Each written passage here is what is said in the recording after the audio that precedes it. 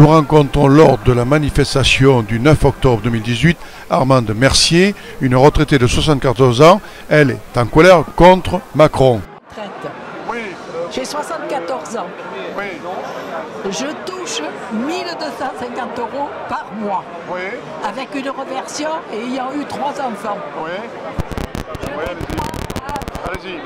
À rien d'aide, malgré que il me reste 435 € par mois pour manger. Oui, c'est pas beaucoup ça.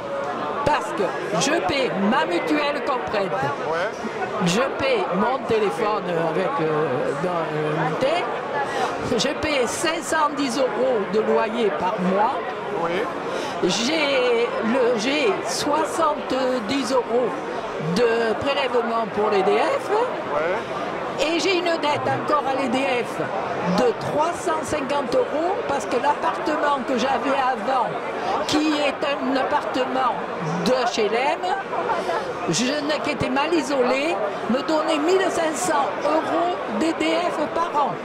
Malgré que j'ai eu des aides, il me reste quand même 350 € à leur verser. Je ne sais pas comment je vais le faire. Oui, donc aujourd'hui, vous savez ce gouvernement-là veut lever l'APL. Oui, donc, mais moi je n'ai pas droit à l'APL. Ah oui, parce que vous touchez trop. Je touche trop. Je n'ai même pas droit, puisque je me fais soigner les dents par la sécurité sociale, oui.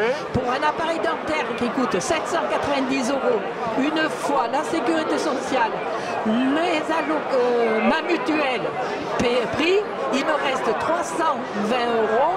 Et bien, je n'ai pas droit à une aide de la sécurité sociale, ni même d'un organisme quelconque. Donc, comme je suis diabétique, cardiaque et tout, et bien je me passe de mon appareil. Voilà.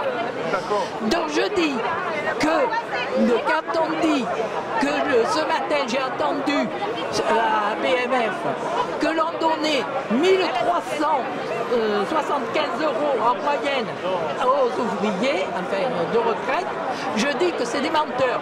Ouais. C'est tout. Parce qu'il y a, quand il y a des gouvernements qui autorisent des directeurs, des gestionnaires à s'engraisser sur le travail des ouvriers, parce que moi j'ai travaillé à la SAF, et bien ceux-là devraient nous donner du pognon pour pouvoir se faire soigner et vivre.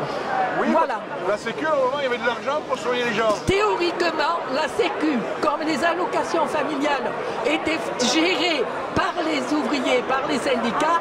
Du jour où le gouvernement a mis la main dessus, nous perdons tout. Je connais des gens, et j'ai mon fils, qui tous les mois, il est au chômage, il est cardiaque, il est obligé de payer 25 ou 30 € de médicaments de sa poche parce que l'État ne veut plus le rembourser.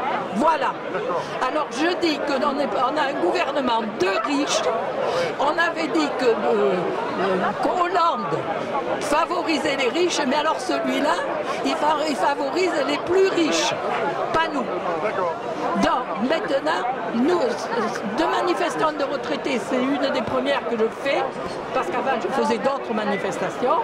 Mais là, il faut que vraiment, on est en train de nous enlever nos hôpitaux, comme Robert Piquet, qui était hôpital public, qu'on perd tous nos avantages, on doit tous opérer, si on veut se faire opérer de la cataracte ou se faire opérer de quoi que ce soit, il faut donner toujours du surplus, c'est inadmissible, ça c'est une loi qui a été faite par Mitterrand, qui devrait être abrogée, parce que les docteurs qui nous opèrent, les chirurgiens qui nous opèrent, tous ceux qui sont dans ce secteur ont fait les mêmes études que mon frère qui était kiné et ma belle-sœur qui était dentiste. Tout le monde était égaux dans la prolongation.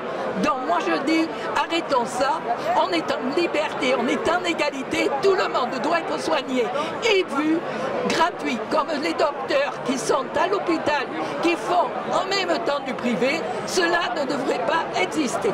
Il ne devrait pas faire des dépassements d'honoraires. D'honoraires et ne pas exister. D'accord. On se soigne, ils ont fait les mêmes études, tout le monde doit payer pareil et être vu pareil. La santé, tout le monde devrait pouvoir se soigner. Soigner.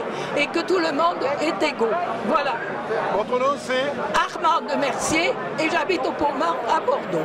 Armande Mercier. Merci Armande Mercier de votre votre coup de gueule. C'est normal, il fallait le dire. Elle l'a dit, elle est bien cette dame. Elle l'a dit, alors si vous donnez le coup de gueule, eh bien mettez-vous en face. Allez-y, Armande Mercier. On passe à la télé? Oui, vous passez à la télé, madame. Sur quelle télé? Ah, sur Internet, vous passez dans le monde entier. Sur Internet.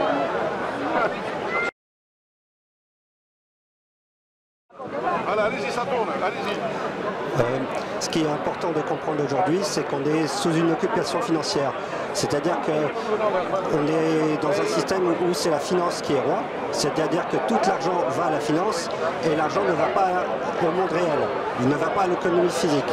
C'est-à-dire que, comme le tract le dit, on est sur un Titanic financier. Et en fait, il existe des solutions pour créer des emplois. C'est-à-dire qu'il faut museler les financiers. Pour museler les financiers, il faut faire la séparation bancaire stricte, c'est-à-dire on sépare banque de dépôt et banque d'affaires, et on met en place le crédit productif public. C'est-à-dire que l'État crée l'argent à destination de projets de développement. Il faut des écoles, il faut des hôpitaux, il faut de la santé. En fait, l'argent est un service public. C'est ça qu'il faut comprendre. C'est que celui qui contrôle l'argent contrôle le pays. Aujourd'hui, ce sont les banques privées qui émettent l'argent et ça revient directement à un droit de l'État. Donc il faut que l'État reprenne le contrôle de la monnaie et pour le faire, il faut changer le système financier. Donc c'est pour ça qu'il faut convoquer un nouveau système financier international, un nouveau Bretton Woods. Et donc nous appelons tous les dirigeants de pays à changer le système financier pour que l'homme soit au centre de la société et que l'argent ne soit pas une finalité. Merci. Super. Daniel Menuet de Solidarité et Progrès. Merci.